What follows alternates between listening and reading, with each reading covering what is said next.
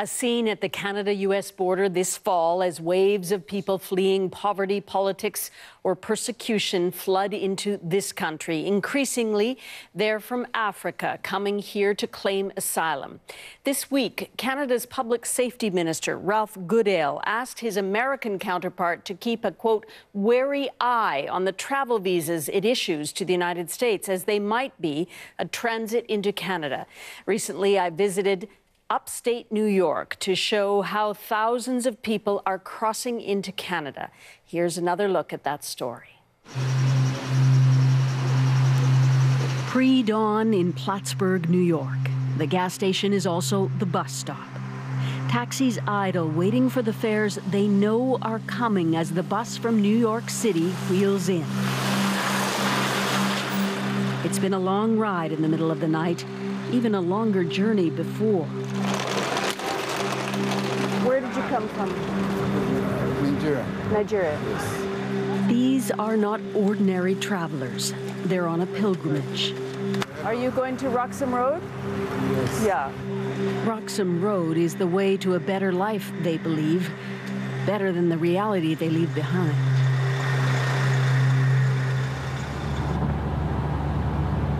This 30-minute ride has become an underground pipeline for people using the U.S. as a jumping-off spot for a chance at sanctuary in Canada.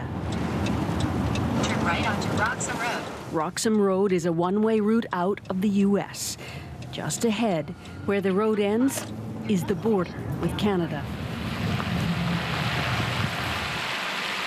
As the shuttle arrives and those passengers clamber out, they collect up their belongings, everything they can possibly carry.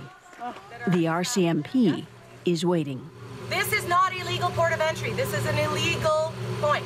This is not a way to come in. Yes, we know. Okay. Does anybody have a valid visa currently for the United States, even if it expires soon? Yes. Yes. Are you aware that the very minute you cross this border, your status in the United States is nullified? Yes. Yes. The RCMP is obligated to tell them with one step across they will be arrested. But still, if they can slip into Canada, they will be considered for asylum status. And that sliver of hope is enough for desperate people. Just because you come here doesn't mean you get to stay. Yes, and we believe in this. Yes. Do you have any questions for me? No. We just want to come in. That's it. No. Please. For the fact that we believe in Canada, that Canada can solve our problem. That's why we are here. We are saving And we don't have any other choice to go We don't back. have any other place to go back. Our mind is made up. We want to come into Canada. But this is a mock standoff, really. Almost no one who comes here turns away. One man, fed up with waiting, just walks on by undeterred, seemingly oblivious to the RCMP warnings, which sets the others in motion. Some of these families appear to have flown into New York City, bussed up here, maybe on U.S. tourist visas. Others have been living temporarily in the U.S., like Lillian. How did you find out about this route? I got to see on the TV. Yes, and I went to Google, I went to search Google, and I figured out this is what everybody's doing, that Canada has a future for the children, for everybody. So that's why I want to give it a chance. It is a risk, I understand that. I want to take the risk because I know there's a future here for me and the baby. Why don't you stay in the United States? Because Donald Trump don't want me to stay in the United States. He said he doesn't want immigrant. I'm illegal in the United States because I only have visa. And if you don't want me, I cannot stay there. When is your visa up? You already have. It got expired on July, about a couple of months ago. So my baby is citizen, but I don't care because I believe Canada has better offer than United States can offer me. Do you think Canada will let you stay? Yes, they will let me stay. Why do you think that? Because I'm not going back. They don't have a choice than to let me stay. That's why. No matter what the Canadian government does to slow down the influx, they're still coming. Those families that you just saw are now in those white tents getting criminal checks by the RCMP. They'll be taken later today by bus to another processing facility. This has really evolved into an entrenched system here. You know, those cabbies and the RCMP, they check the Greyhound bus tracker and the flight schedule to know when to expect people. There's 2 more buses coming today, a couple of flights, and each one brings more people to this spot. Roxham Road has fast become the busiest illegal crossing into Canada. This year, almost 12,000 made the trek, not even counting September. And in Plattsburgh, it's creating a flush new economy vulnerable to abuse. Back at the bus station, local taxi drivers compete to scoop up passengers. Hey guys, hi. This ain't on film, is it? Yeah. No, I don't want my picture taken. The owner of Northern Taxi was fined for gouging migrants, charging 3 times a reasonable fare to the border. So the drivers are twitchy, but they've seen a lot. It's a tragedy, honestly. It's like straight up, it's a tragedy. I feel fucking shitty for these people because they ain't got no other choice. Like, they gotta give up everything. I couldn't imagine that, honestly. I could not put myself in their shoes and have to give up what they have to give up. But, like, all we can do is do our job, and they want us to take us somewhere, we take them somewhere. I try to help them, and I coach them, and I'm sorry. And I've been yelled at many times by your guards over there, but you know what? If they're family and they look like the people that need it, I'm going to help them.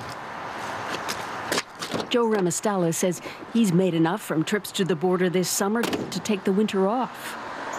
So they go across the border, and what do you do? Well, they'll give me a phone number to call. Would you please call my pape or whatever when we go over? Because, like I said, no one's really sure what's physically going to happen once you cross that little imaginary line. Some people are really scared. So when you call that family, what happens? Well, some will have a breakdown of crying. And then some will say that my other uncle is going to come next Friday. You get a lot of that. Do you figure that this is just going to keep going? My feeling is why they keep the border open, you have somewhat small control over who's coming in your country. That's how I feel. Because when they close that little road, there's 50 other roads.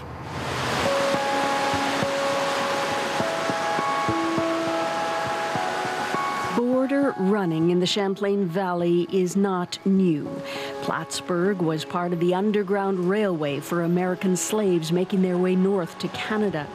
There's over 500 kilometers of frontier where New York, New Hampshire, and Vermont butt up against Canada. And Roxham Road isn't the only place people jump the border. We can actually get up to the border and patrol east and west. Brad Brandt is a supervisor with the U.S. Border Patrol. He's brought us to another spot in Vermont, where people are also border jumping. But this road comes in from Canada, stops right here with this barrier that one of the local residents put up. So they drive along this road? Yep. And they just hop over the logs and... They're in Canada. So we've had people, just like at the Roxham Road, we've had people that fly into JFK, take a bus to Burlington, take a taxi from Burlington to this location, enter Canada, and get arrested by the RCMP and claim asylum. And do you think the messaging was that Canada was open to this? I think that's what the Premier said right up front, didn't the Prime Minister? The Prime Minister said that right up front, right? And so I think people took that literally. Close to the international border, Brandt tells us his officers can only apprehend border jumpers who are illegally in the U.S. If they have a valid visa, like a tourist visa, he can't touch them. And many come into the U.S. that way. This is it. Roxham Road. Roxham Road. So what did this look like before all this, Tent City? There were 2 roads and these rocks. And that was he points out that all the attention on this hot spot here at Roxham Road has made this place more secure, but there's a downside. There's a bunch of guys here that aren't patrolling the rest of the border that we share together, that's our border to secure, and they can't help us if they're focused here. So both countries pay a cost for it.